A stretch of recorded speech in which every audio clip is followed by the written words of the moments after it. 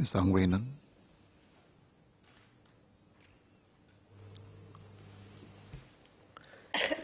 Mr. Speaker, sir, Winston Churchill famously said, if you make 10,000 regulations, you destroy all respect of the law.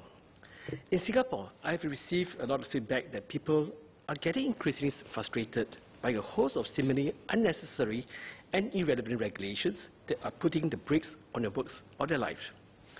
In an increasingly complex society where change is happening more and more quickly, the tendency is to come up with more regulations to protect the interests of many diverse groups. Of course, some regulations are necessary and are good for the society. When more people started using PMDs, for instance, we had come up with rules to protect the safety of others. The workfare regulations, we have been protecting the older, lower-income Singaporean workers. But in other areas, the amount and nature of regulations might be adding more red tape and making our lives miserable for businesses. Before I elaborate, I would like to clarify or declare my interest as a CEO of ComfortDelGro taxi business. My architect friends have been complaining to me about less than pleasant experience with the Building Construction Authority and the Fire Safety Shelter Department. I face the same issues when I need to construct a new building, either as part of my community work or in the course of my work in my company. They have shared many stories with us, but I will cite one that is the most painful to the architects. On 13 March 2014, BCA issued a circular to inform buildings industrial players that they would have to obtain approval of building plans before commencing non-structural building works. Non-structural building works include building of walls and partitions so that contractors can install pipes and wires early. So prior to 2014, the contractors could start non-structural work with a good preliminary building plan and qualified persons undertaking to comply with the building codes. The new requirement to obtain approval of the full building plan, which has to incorporate approvals from various authorities like NEA, LTA, and parks, typically will delay the project for months. Appeals by architects to the BCA have fallen on deaf ears for a reason best known by the BCA. Next, I would like to turn to the statutory board that's closer to my heart, the Land Transport Authority. Every new car model has to go through a homologation process, mouthful word, by LTA to verify whether the car model is safe to be driven on the Singapore road. The homologation process is relatively manual, tedious, and lengthy.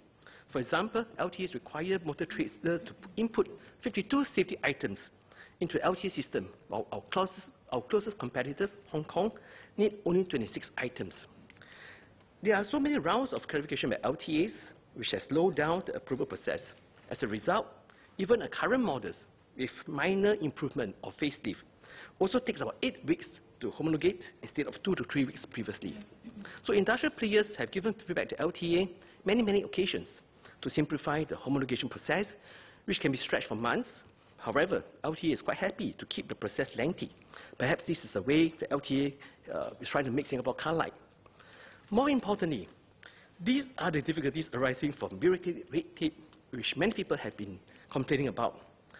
Another example is getting approval to install a direct charger to charge full electric vehicles in a double quick time. ABB, a large company, have been trying for 6 months to seek approval from EMA, the Energy Market Authority, without success to install a 50 kilowatt DC charger to fully charge an electric car in 30 minutes. In this case, the CEO of EMA personally intervened, and the DC chargers are now installed island-wide by the SP Group, and many regulatory authorities are as progressive as EMA. And maybe that's the reason why a few former EMA CEOs have now become ministers.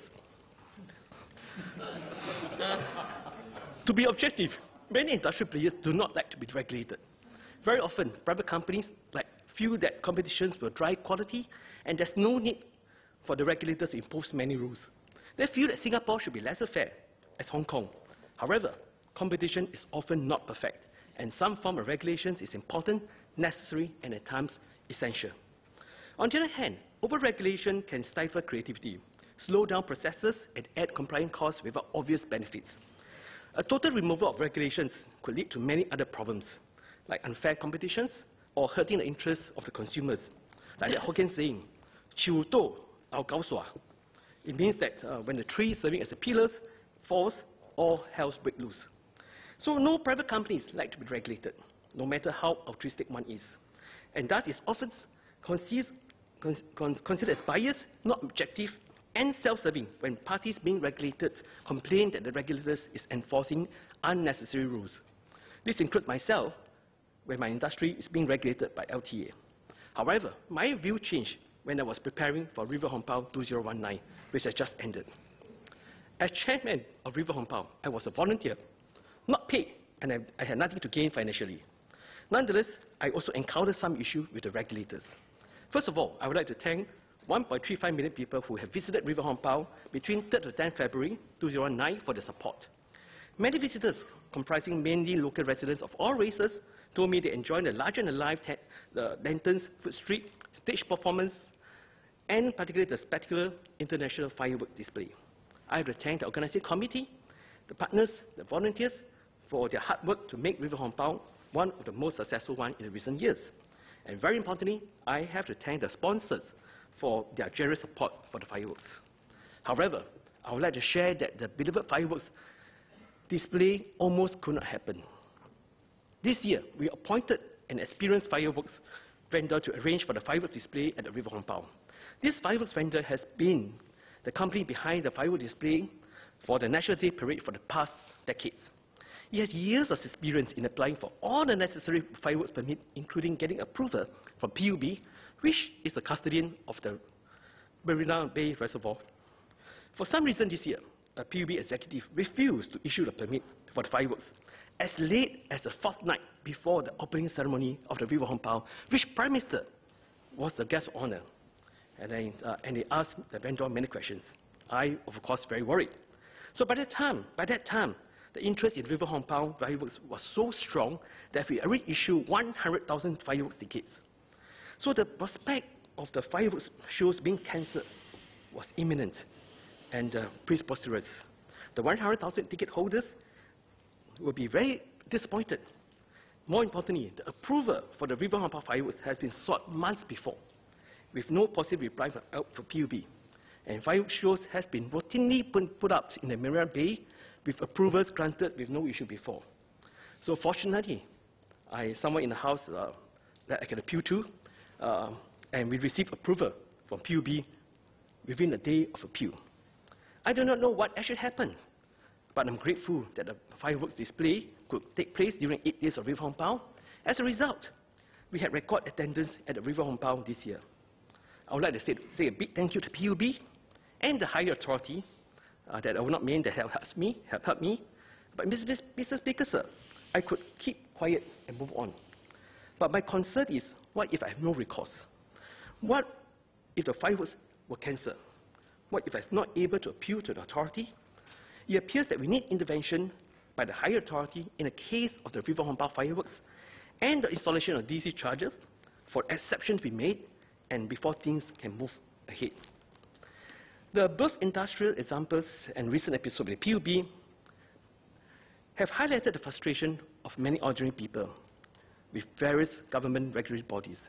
We need to strike a balance between laws that are so general and simplistic that they become ambiguous, and regulations which go into such nitty-gritties that it becomes a nightmare to observe and abide by.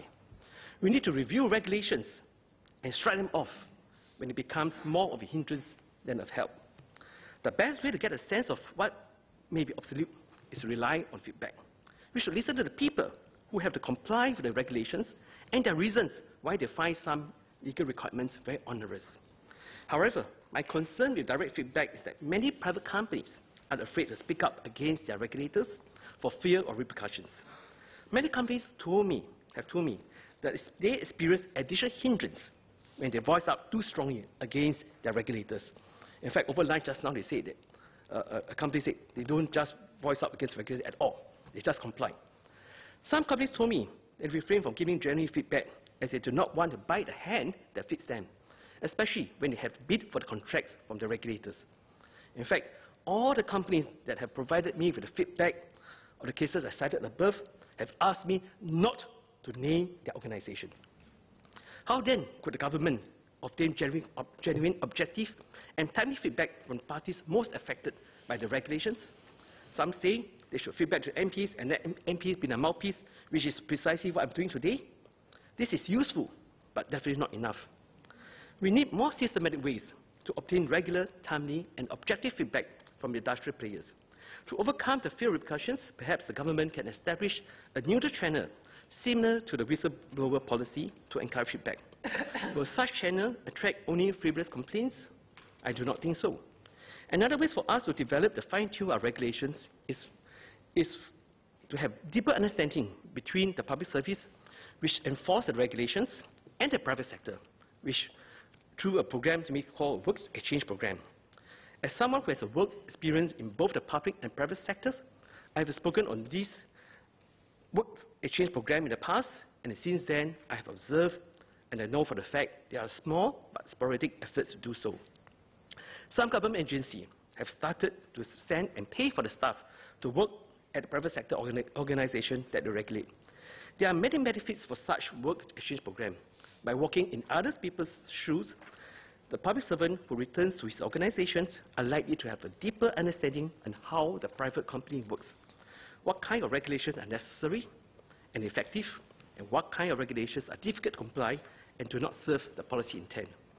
The public servant with immersion experience in the private sectors can also better help to design incentive schemes to encourage companies to upgrade, to adopt new technology, to embrace digital transformation, and rely less on foreign labor. In addition, they can also better anticipate and detect the loopholes private companies can exploit and abuse the government incentive schemes. Had this been done earlier, schemes like Productivity and Innovation Credit Scheme, PIC, launched in 2010 to encourage businesses to invest in productivity and innovation, might not have been abused to such a large extent. In 2018, IRA said it prosecuted 13 cases involving 37 claims amounting to 800,000 of PIC cash payouts, and this could be just the tip of the iceberg. The penalties and fines totaled 2.8 million. These are the cases where regulation is absolutely necessary, but has to be developed and enforced with deep understanding of how it will be interpreted on the ground. Private companies can also send their staff for work stint in the public service. The private sector workers can better appreciate the need for regulations, understand the complexity of taking into account of the interests of various parties, and help the government to better design incentives to shape the behavior of the private companies in the industry transformation journey. These work exchanges could last 1 to 2 years, and the staff who are selected should be the promising staff at the middle management level. On a more personal note, as a president of the Volleyball Association of Singapore, I have seen the benefits of such exchange firsthand. Last year, a staff from Sports Singapore, which oversees the National Sports Association, NSA, was posted to work as a general manager in the Volleyball Association, and not to create ambassadors, just be sure, but they developed the sport in the volleyball fraternity. This proved to be a hit. She has helped Sports Singapore to better understand the challenges faced by NSA, the National Sports Association, and at the same time, she can tap on her experience in managing NSA and her networks in Sports Singapore to help in nurturing the volleyball players, the volleyball coaches, securing training and competition venues for volleyball and more. Her posting has been mutually beneficial, mutually very good and rewarding. The staff exchange efforts between public and private sectors has so far been ad hoc. Perhaps the head of civil service can consider a more structured, scalable and sustainable program for such work exchanges between public and private sectors.